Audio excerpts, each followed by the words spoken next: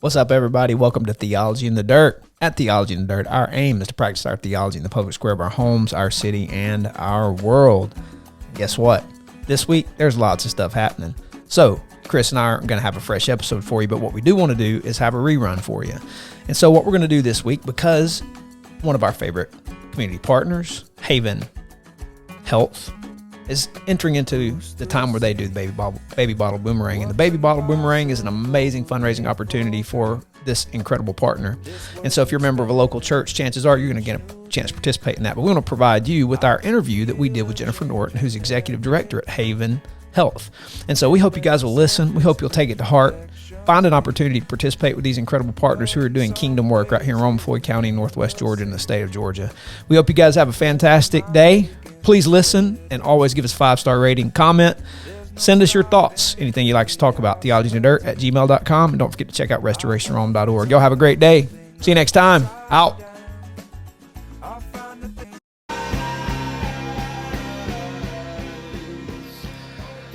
Good day, everybody, and welcome to Theology in the Dirt. We want to practice our theology in the public square of our homes, our city, and our world. We record Theology in the Dirt from the headquarters of Global Impact Restoration Rome, where we work to address the foster care and adoption crisis in Northwest Georgia, the state of Georgia, the Southeast, and the world as a practice of our theology in the public square. You can check us out going to our website, restorationrome.org. My name is Mitchell Jolly. And I'm Chris Hayes. And who are you? I'm Jennifer. Jennifer, thanks for being with us today. Thank you for having me. It's a joy. It's a joy. We have some questions. We shared with you some questions, and so Chris and I will just pop back and forth asking you some questions. I'll go first, and I'm sure along the way we just like to converse, like chop stuff up, talk about it. And so if we have some side questions, don't hate on us. We may have some. Tell us more about that. Tell us more about that. But Jennifer, tell us a little bit of the story about what Haven is and how it came to be. Okay. So Haven Health was previously named the Pregnancy Center of Rome. That's probably what a lot of people still recognize it as. It came to be from when Yvonne Miller and Jimmy Jordan got together, and Yvonne noticed a need in our community for a place for women to turn when they were facing an unexpected pregnancy and they needed help and guidance through it. And so at the time, they were involved with Christian counseling and education ministry. So it was birthed from that. And so we kind of started, the CCEM was our umbrella corporation. And so we rolled that up underneath it. So that's where it started from and how it came to be. In 2016, we changed names to Haven Health to reflect a more medical direction that we were going. And so that's where it's kind of grown from there. So we transitioned to a medical clinic in 2016. Dr. Jordan and Yvonne have been serving Rome and Floyd County for a long time. Yes. Like I remember, my dad knew Dr. Jordan, and I'm talking 70s, like late 70s, and so it's been a while, and so they've been around a long time, and talk a little bit right there, Chris. I know you have a follow-up question, but a little bit more about the Christian counseling education ministries and the need for serving women in our community. Tell us a little bit about what that need is and why that need was present. Well, the Christian counseling and education ministry started from a place with Jimmy being a counselor. And so he wanted to reach out to those who couldn't necessarily afford counseling and didn't have the means for that. So he started that, and so he was seeing clients for a very long time. And so that kind of branched off in a different direction from the pregnancy center or crisis pregnancy center. So there is a very large need in our area for women to turn to. There's really not a place for them to go before we establish, which we actually just celebrated our 37th year. Wow. So March of 1986 is when we established. Wow. Congratulations. Yes, that's 37 awesome. years. Yes, 37 Incredible. years. That's awesome. Exciting. Yeah, that is exciting. That's good. Before we kind of get into a little bit more about Haven, just will you tell us a little bit about your background and then kind of what got you to where you are with Haven? Okay. So I was born in Rome. My father worked for Georgia Power, and we moved all around Georgia. So we moved away when I was very young. Came back when I was a junior in high school, so I graduated here. Moved away for college, And then I married my husband and we moved back to start a family. We have 3 wonderful boys, Levi, Sawyer, and Baylor. So I started in 2016. Actually, my children were attending Unity at the time, and somebody recommended me for the job. And so I met with Jimmy and have been serving there ever since. So I began as the CFO, and until April of last year, I served in that role, and I became the executive director April of last year. That's awesome. What for those who maybe are listeners who are not unfamiliar with Haven Health Clinic, what are some of the services and things that you guys provide there? And then is there one of those that maybe is kind of like your DNA or like your primary resource? Okay. Yeah. So when I started 8 years ago, we were only seeing women that were pregnant. So we offered free pregnancy testing and then options counseling from there. So since then, we have expanded our services, like I said. So now we still offer the confirmation pregnancy test, but we also offer limited ultrasounds. We offer STI testing and treatment, and that's STIs, sexually transmitted infections. What we used to know as STD, but that's not the correct term now. Right. So, but we offer testing and treatment, and then we offer parenting classes. Okay. So, I can expand on some of that if you want. I'm sure we'll get into some of that, but I wasn't even sure. I knew a little bit. I knew the pregnancy side of things, right, but I don't know that I knew until doing some research for you coming in. The breadth of what the clinic really offers and how it can really help everyone from young ladies to, right, people with kids to, yes, all those kinds of things. And so it's really neat what y'all are doing. Right. And so used to, we would have women that were, just facing an unexpected pregnancy, but now it's gotten harder to get in clinics for the confirmation. That we have women that are nervous about being pregnant or not quite sure where they're at, or they've had an event. And so we see those. We actually get women in that are excited to be pregnant, and that's a breath of fresh air for us. So awesome. Yeah, that's cool. What do you say is your most utilized service at Haven? So definitely, without a doubt, our most utilized service is our parenting program. We haven't really advertised our STI testing and treatment. We've kind of wanted to enter those waters very slowly. Sure. And so it's had a great response. But parenting is definitely the most utilized service. If you want me to go into that now, please. Okay. Yeah. Tell us about that, because one of the things I think is fascinating in this world. Here in this building, we focus on reunification with the biological, or increasing the speed of permanency for a child, providing all those services. And one of the things that I see down this hallway every day is very few men. And so you're talking about the parenting component. So I'll ask a follow-up to this, but what happens when a lady comes in and you're trying to help them? You want to have this baby. Yes. We're trying to not fuel the abortion industry. Yes. Secondly, you want this mom or this dad to be good parents. So how are you, because that's how we keep these kids out of the system. Is God's idea is that home is intact. That's flourishing at its finest. So how in those parenting services, what are you guys doing to push that along? So I'm going to kind of jump back to what you said with God and kind of tell you. So we are a faith-based ministry. We serve women who are pregnant, who think they are pregnant. And so we are able to kind of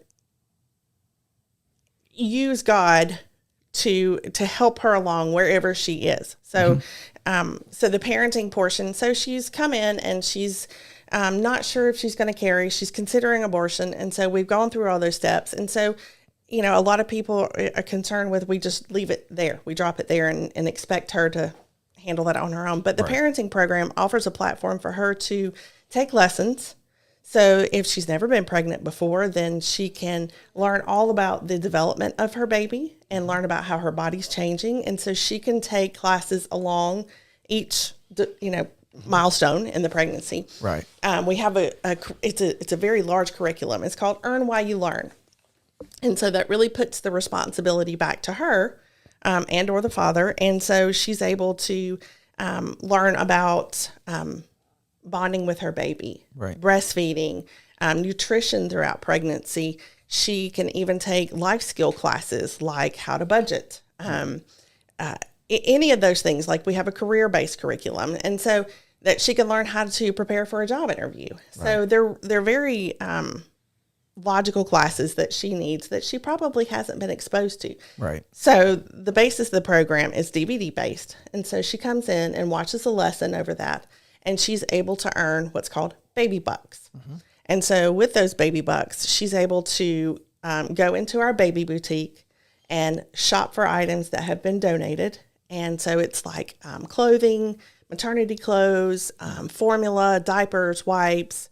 We have larger items like high chairs, cribs, anything for her and baby. Right. She's able to shop for. Now, those items are priced very, very reasonably. Right. So there's 5 ways she can earn $5 each lesson if she shows up on time, Right.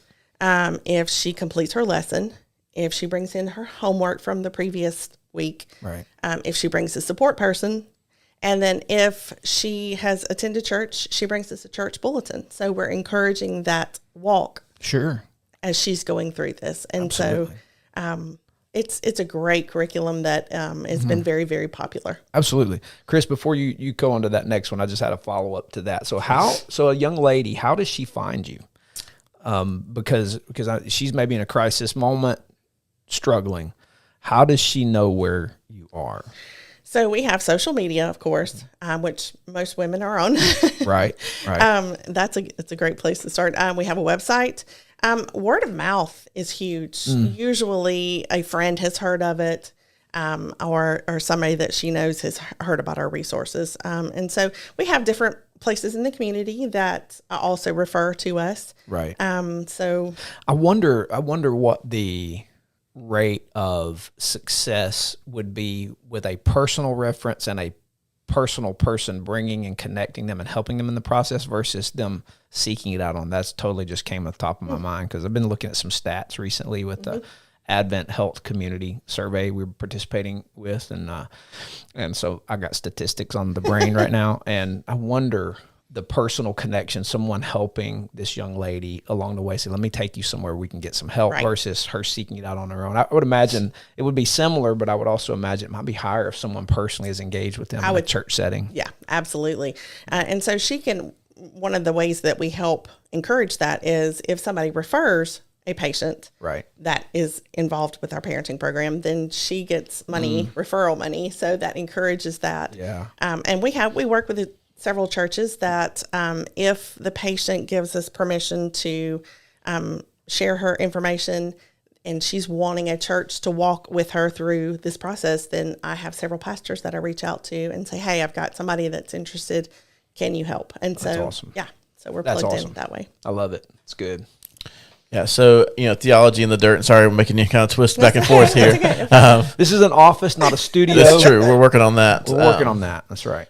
So the whole concept of theology in the dirt is really, talking about kind of engaging our culture, our society, our domains with the gospel and being believers. And I know that's a big component of what you do there.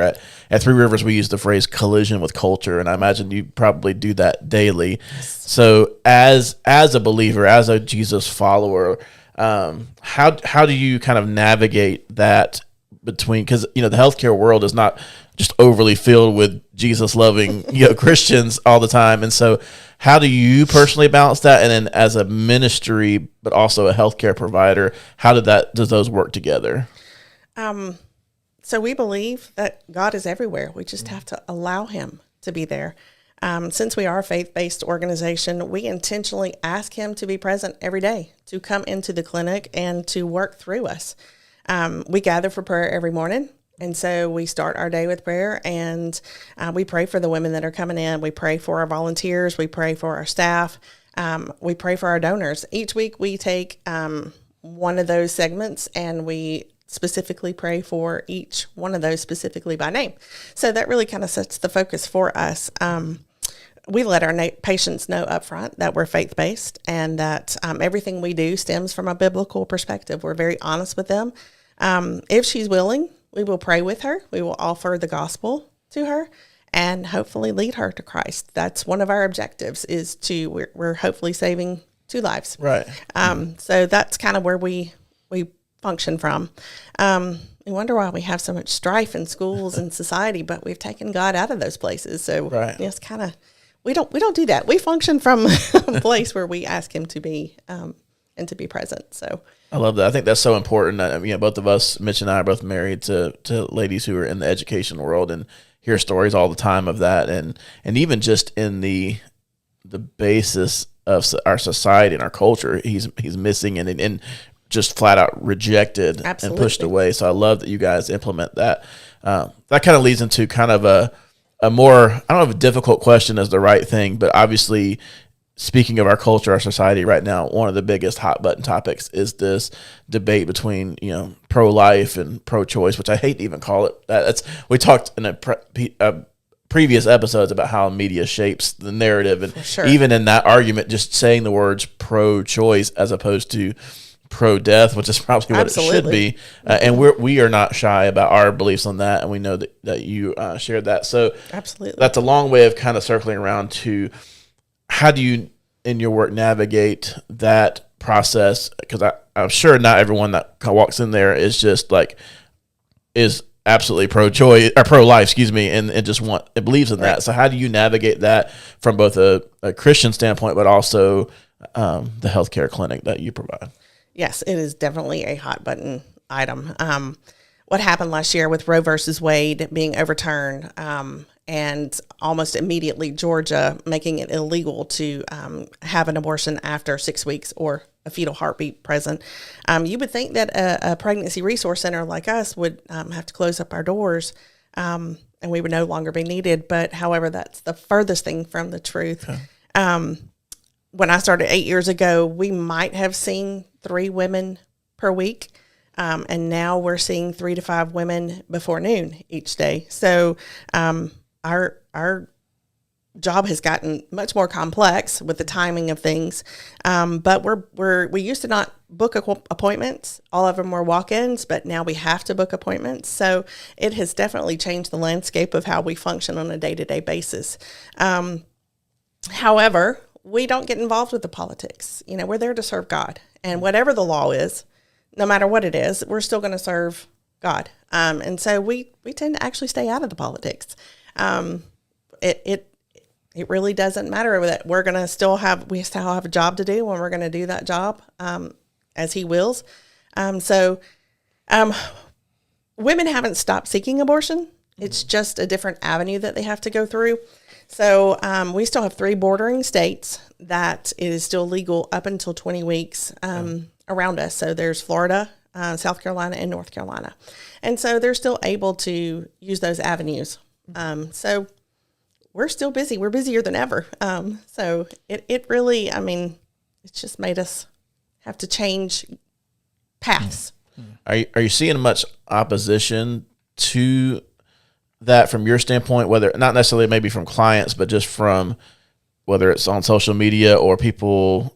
Because I realize picketing and things like that is probably more common out west, but it still happens here too.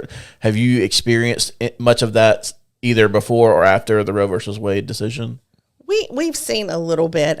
Like you said, we're kind of tucked away, and I think our community is vastly supportive of what we do. Quietly.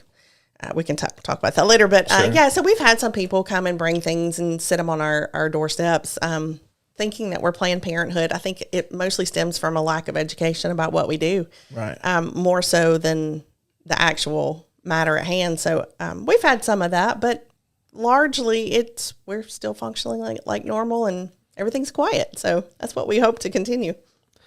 Yeah, that's even when we get into that, I'm one that I'd squarely like to jump in the middle of the politics, because I think government belongs to, Chris, really? I never would have guessed that. Yeah, you would never guess that, right? So, government is God's idea, and in the fullness of time, the Lord will return, and he's not going to abolish government. Revelation 21 gives us this beautiful picture of Eden regained, in which the nations of the earth, redeemed, will now bring all of the fruit of their labor to the heavenly city to present to Jesus as an act of worship. And so in the meantime, with the kingdom here and advancing, part of our task is in this pro-life thing is to get down in the weeds of some of that. And For sure. And even in the pro-life side, it's not just as simple as pro-life, because even in the pro-life side, there's movements that I think sometimes get out of bounds and sometimes don't go far enough depending on the issue. And some of those are like the Equal Protection Act, where people are now advocating. A lot of people, particularly in certain spectrums of evangelical culture, advocating for the prosecution of mothers who have an abortion for murder. Which really gets down into not addressing the issue, right, and being very, I think, nose blind. But even in the pro-life issue, I would imagine you guys have to deal with some issues along the way. Even for people, we would say, yes, we want that baby to live. Yes. And one of the things I scream for is, then you better be in line to take the baby when mama can't keep the baby. Absolutely. Yeah, right. And I think every one of us at the clinic has offered at some point, or been approached, hey, I had a client said, yeah, would you take my baby? And I said, well, of course I would. Right. And she was a different nationality. And so she was dumbfounded that I sincerely, you would really take the baby. Of course. Right. Absolutely. No doubt. And I think that's also part of our challenge in this, is we want that baby to live, and we want that baby to have a full, good, healthy life. Absolutely. Also. So we want to move them to permanency. We want that family unit to be intact. Yes. And if that family unit will not be intact, we need Christian families to jump in and be ready to take those babies. Absolutely. And so right now in Floyd County, we have 5 homes available. And That's awesome. Well, it is, at least we have 5, but the numbers of kids in the system are over 200 at this point. So we need people who really say they're pro-life to be ready. When they come to you and say, absolutely, I can't care for this baby, we need them to be in the system and ready to take those kids. So I imagine this being a hot button topic for you guys. So absolutely. Can you give us some examples of how you've seen the Lord at work? So how are some things, what are things you've seen that's evidently the hand of God blessing your work and taking it forward? So some examples that I can provide you is, we had, when the clinic first opened, a lady came in that was abortion minded, and they saw her and she decided to parent. And so she carried the baby. Now that baby is grown and she is now a counselor for me. So oh, wow. That is come full circle. That's an awesome. amazing Cool. thing. Yeah, it's really cool. So we had, last year we had a client come in that was seeking an abortion. And so she was Wiccan. So that was something different for us. But she was, she stated that, she didn't think we would see her because she had a different faith than we did. And so we welcomed her with open arms, and we did our job. And so we actually, along the weeks talked about the conversation of how her faith and our faith were similar in some ways. With the light, they focus different anyway. Sure. Yeah. But I love that, by the way, making connections. It's so key that we don't instantly start out making distinctions. We highlight those distinctions. It's okay. We don't believe the same thing, but we find connection points. Absolutely. And then you can highlight your distinctives, and that's okay. But you got to find the connective point. Absolutely. You got to find a jumping off point somewhere to identify with her and make her feel like that she's not judged, because we're all a different background. We're all different circumstances. And so, but what's interesting is that she ended up in a local Christian church. Oh, wow. Yeah. That's awesome. So, Praise God. Yeah. So we have a lot of wonderful God stories, too many to share, and some I can't share, but I love, there's so many different things. We have parents that come back and the child is now 5 or 6. And so we love to have that ongoing relationship with families. That's beautiful. That's what we're about. My mom used to be a counselor, pre-Haven. Okay. Until she got sick. She had Alzheimer's and she couldn't serve anymore. She couldn't drive, but that was, upon her retirement, that was her thing, is coming there and counseling young women. And I got to be a board member for a little bit until this place kicked off and I didn't have any more time. I know. And so I missed those days, but I know those stories, and it's good to share. And we want people listening to this and we'll give them a chance to hear how they can support and be part in just a few minutes. But thank you for sharing that. I think that's absolutely huge. Yeah. So obviously I know your clientele is women, and is typically pregnant women. I worked in the social work and the child welfare field for over a decade, and one of the things we saw, obviously, there's a lot of men who just either don't want to be involved or are involved for a minute and then kind of, run and leave. Right. But on the flip side of that, there are also some times where, especially in a situation where the man and woman aren't married, the man wants to be involved and either can't or is forced out of that. So that's a long way of me asking, like, do you provide resources for men or are able to send them to a place that can help them as well? We actually do. We have a curriculum for fathers. So whether he is married to the woman or, not, whatever the case may be, he can still come and take classes. He can do it with her. He can do it separately.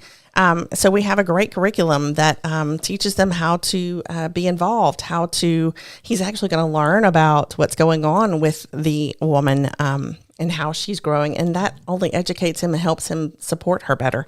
The more knowledge you have, the better decisions you're able to make. So he's going to learn about how to be consistent and how to be present and what a role model is and how to be a leader of his family. So again, all this stems biblically. So it's a great, and as a mom of 3 boys, that's very important to me. Right. So we do have a lot of fathers that actually come in and take classes and participate along with their wife or significant other. And so we've had a great reception from that. So yes, those same pastors that we're able to pass along, if he's open and willing to it, then we reach out to them. And, that's not our wheelhouse is so, the walk longevity. So we reach out to pastors who that is their wheelhouse. So, we have resources in place to hand off. I love that. I think that's so important. We talk a lot. We did a whole section on discipleship, yes, and really, in a way, you're doing that there for young men and young women. Yes. But I think I love what you said at the end there is that long-term component, because it's one thing to kind of teach a young mom or a young dad like how to be a parent and how to go through that pregnancy thing. Right. But if we just kind of leave it at that, does that really help them long term? So I love that you guys focus on that and connect them with resources and with churches, with pastors, with groups. I know our church is heavily involved in foster care ministry and understanding the support that's needed for a family. We, even doing like meal trains for people who have babies, and we've just had 1,000 in our church. It feels like being born. So I think but I love that piece. So it sounds like you guys really focus a lot on the education component. Absolutely. Is that something that your staff, I assume y'all probably have to undergo continuous either education or training and just constantly seeking resources as well? Absolutely. So we partner with several national firms, NIFLA, which is the national, I can't remember the acronym for it, but it's for pregnancy centers. Okay. We have Heartbeat that we are actually attending a virtual conference that offers classes and continuing education on all that. So yes, we try to stay abreast all of that on top of that so that we can offer what's most important as time goes on and as our climate changes. I gotcha. Is there, we talked about, I know you guys are very intentional, very bold about your work and your belief system and your ministry. But if there's anything that we know from doing ministry is that it's hard and it's messy and the devil opposes it because he doesn't want you to do that. So I'm going to assume there are obstacles and there are hardships that come along the way. Can you touch on that a little bit about some things that you may face? Yes. From a spiritual standpoint, we spiritual warfare is alive and well. And so we know that. And so prayer is the best way that we equip for that. We have a prayer team that we, not only within our clinic, but we have an external one as well that helps us with that. We've had people come and anoint the building and do prayer walks around the building to cover us in prayer. So, we all experience that, devil doesn't like it when we're doing that work. Right. So, from a functional standpoint, we have 2 huge hurdles, space and finances. Like I said before, we're seeing 10 times the number that we did many, many years ago. So, and when we were doing that before, we had 4 employees and now we have 5. Right. Yeah. So we're doing all of the extra work with, basically the same number. And we have fewer volunteers now than we did. COVID took out a lot of our volunteers. And so we're slowly rebuilding. since we've transitioned to a medical model, we don't have the same space. We've had to use some of our counseling rooms for our ultrasound machine and for our lab. And so to be able to set up as a medical clinic, we've had to use some of that space. So we are squished like sardines in a can, and we need more space desperately. Finances, we do not take any government funding at all. Okay. We are 100% funded from churches and local donors.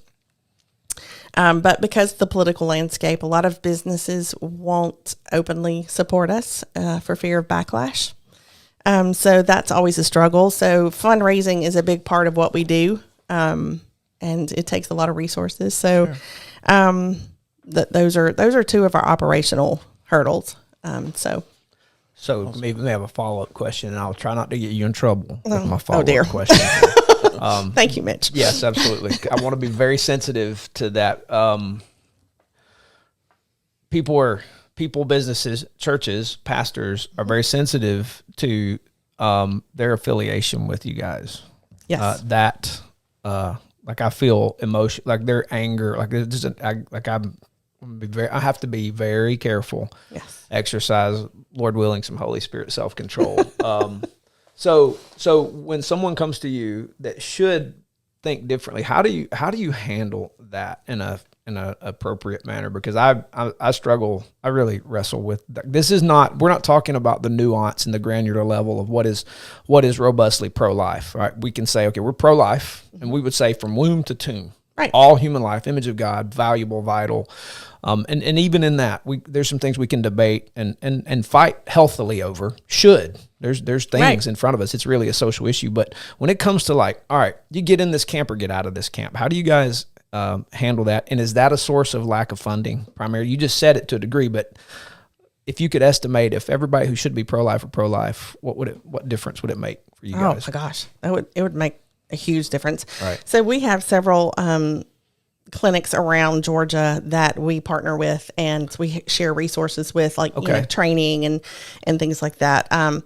So here's one's in Douglasville. Okay. PRC in Douglasville. They're amazing.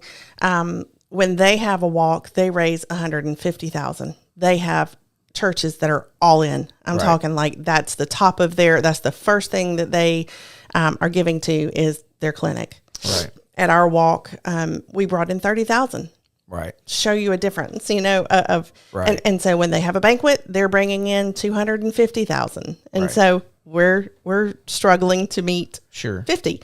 Right. So there's a huge difference, but in talking with them, they have complete buy-in from all of their churches around them. Right. Churches are hosting them and providing for them. And so that would be huge. And so from a business standpoint, people may give personally, but they want to keep their business name out of it.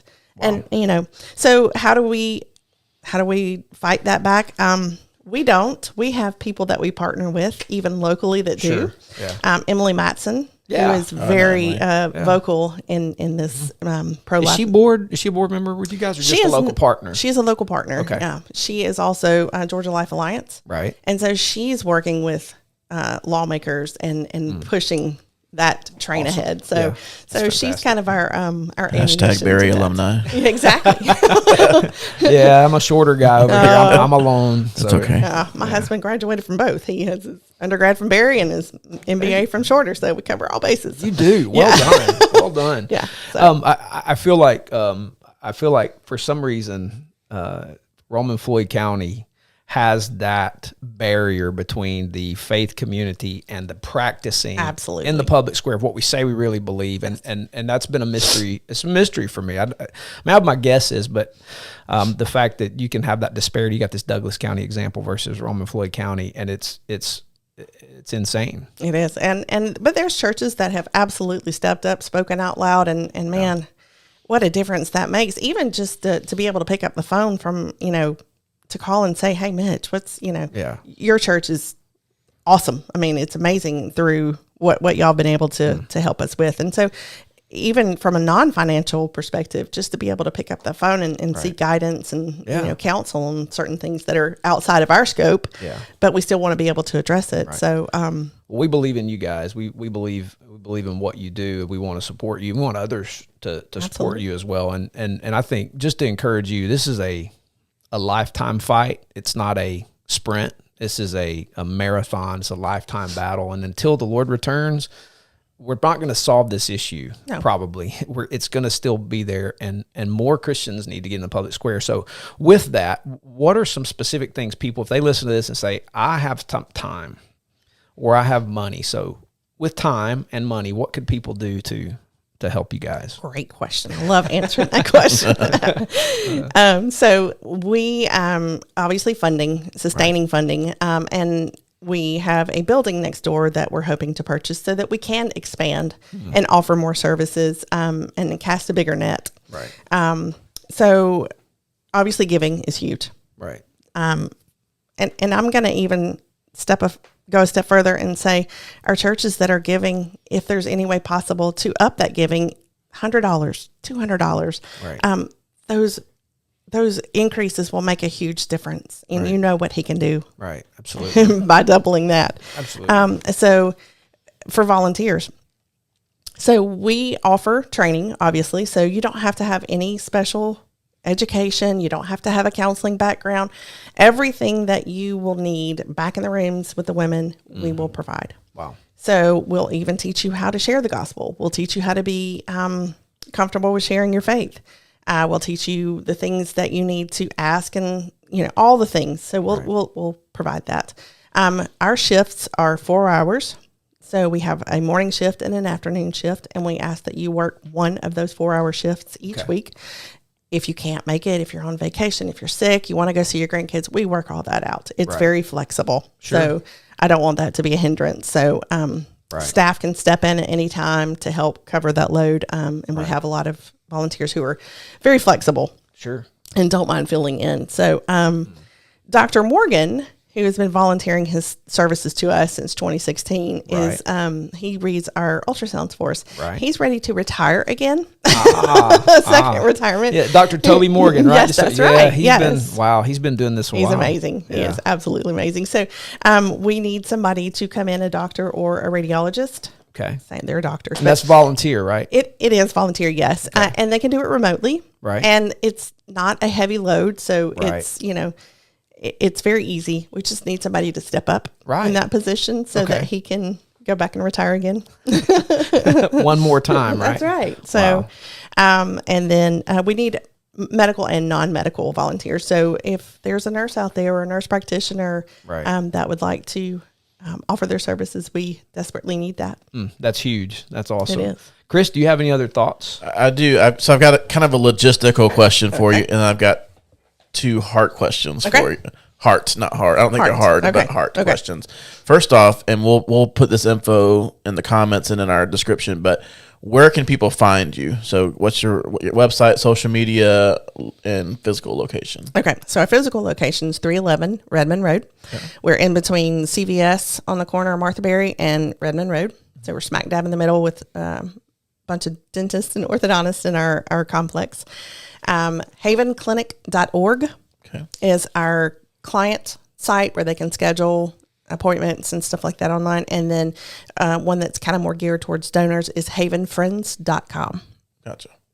And our social media, you can search for those things as well, Haven Clinic and Haven Friends. Awesome. We'll put all those links on the podcast for folks, because we want to make sure they know how to find you. Absolutely. To hopefully step up and help with some of those needs. So a couple quick last questions that I have for you. Number one, if there's a young mom out there listening, or going through this process of pregnancy, or someone who knows someone who is, what's your message to them on why they should come visit you guys? I want her to come because I want to help ease her burden. I want to walk alongside her and offer hope, offer peace, offer love that only can come from Christ. And so he's working through us. And so because we invite him every day, he's able to provide whatever she needs, whatever that need is. He knows the need. And so he's working through us to help her walk along that difficult time in her life. Or if she's not having a difficult time and she just needs somebody, some resources, some information, somebody to, share the excitement with, we're there for that as well. Awesome. I love that. And it's very clear your passion for this just flows out of you. And I appreciate that because I'm sure you can't do that work if that's not very clear. Absolutely. And it's very clear what your why is. So one question I like to ask people when I have conversations is, when your work at Haven is done, what do you want your legacy to be? My legacy would be that I was able to offer my faith, my God, to somebody else to expand the kingdom. I want to make heaven crowded. I love that. Yeah. That's awesome. Thank you for sharing that. I Absolutely. That. Jennifer, if you could say one thing to a struggling mom or dad who happens across this, and it's like, what do I do? What would you say to them? You are not alone. There are people in our town, our community, that love you and care for you and want to help you. And if they show up, we're there. Yeah, I agree. I think people who stumble across this, hopefully they find us wrestling, not in our four walls of our building, but in the public square, because sin has wrecked good Amen. things. But the kingdom of God is repairing them, and he does that through his body, through us, Absolutely. people. And so sometimes people on our side of this come across as mean-spirited, and they take crazy positions that don't fix the problem. They're Band-Aids on a broken leg. And if you stumble on this, I want you to know there are people who want to help you. Absolutely. We want to repair what's broken. Jesus said, heal, and then say to them, the kingdom of God has come near to you. Absolutely. And there's healing that can be had, not just in prayer and supernatural, but we people can help you. And there's healing in that for your soul, for your body, for your family, for your life. Don't make a terminal decision with a temporary challenge. Absolutely. What I tell people when I speak to them that if we're faithful, God will be fruitful. Yeah. That was our previous director's motto. Yeah. That has kind of filtered down to me. But if we take the time in church, because we're all great churchgoers, if we take the time in church to prepare for what we're actually supposed to be doing, right. Jesus was with the broken, yes. the lost, the dying, the suffering. That's right. He wasn't tied up in the business of church. And so we got to use that time we're in church to prepare for our real job here. That's right. Matthew 25 is such a stark reality that when the Lord separates the sheep from the goats, we all understand salvation is by grace alone, through faith alone, in Christ alone, and that produces works in the public square. And the Lord judged their salvation in Matthew 25 based upon the fruit of their works. And he said, those of you who visited the sick, the prison, you fed, you did these things. You're the sheep. You come over here, and the rest of you, you didn't do them to me. I said, Lord, when did we not see you? And he said, if you didn't do it to the least of these, you weren't doing it to me. And Amen. so depart. And so there's a component, if we're not in the public square, healing, Absolutely. actively healing, we got to question whether or not our faith is real. Amen. And so if you're one of those out there on the fence about whether or not you should support this and whether or not God can sustain your business, I would say believe the Bible. Absolutely. Don't turn away. Don't turn away. Get involved. Do something. Make a difference. Jennifer, thank you for your time today. Thank you. Thank you for having me. It's been fun. a joy. Good. Yeah. I'm glad you had a good Yes, I time. did. It's been a joy. So, guys, we appreciate you listening. We would love it if you would go to theologyinthedirt.com and check out other posts, other podcasts. Please listen to them. Give them a 5-star rating. Share them. And we appreciate any support you want to throw our way. We also appreciate questions. So if you want to send us a question, we'd love to attack it at some point. You can send that to theologyinthedirt@gmail.com, and we will get after it. You guys have a great rest of your day. We'll see you next time. Out.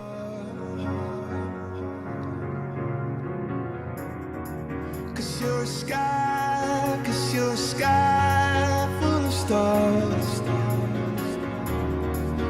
'cause you lie.